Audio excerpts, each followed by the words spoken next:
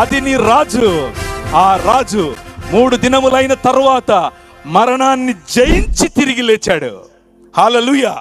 మరణాన్ని జయించి తిరిగి లేచినటువంటి రాజు ఇప్పుడు నీకు రక్షణను ప్రకటిస్తున్నాడు.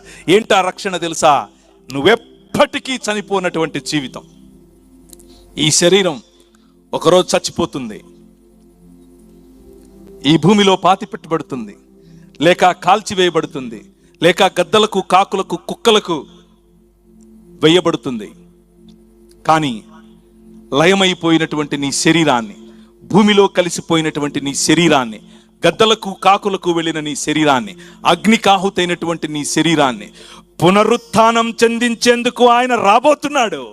పునరుత్థానం చెందించేందుకు ఆయన వస్తానని చెప్పాడు. దానికి ప్రమాణం ఏమిచ్చాడో తెలుసా? 3 దినములైన తరువాత ఆయనే తిరిగి లేచాడు. తిరిగి లేచి రా తాకు అని అన్నాడు.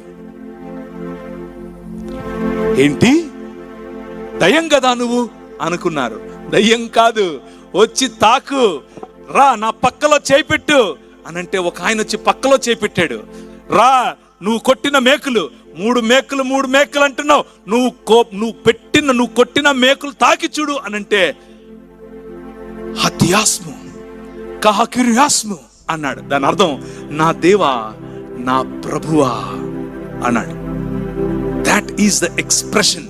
ఆ ఎక్స్ప్రెషన్ ఈ తిరిగి లేచిన నిజమైన నూతన సృష్టికి నాంది అయిన, ఈ ప్రపంచ నూతన సృష్టికి అంకురార్పణముగా వచ్చిన ప్రభు అయిన యేసు క్రీస్తు శరీరములో ఆయన నూతన సృష్టిని మొదలు పెట్టాడు. ఆ వాక్యం ఇంకెవరో కాదు, మన ప్రభు అయినటువంటి యేసు క్రీస్తు.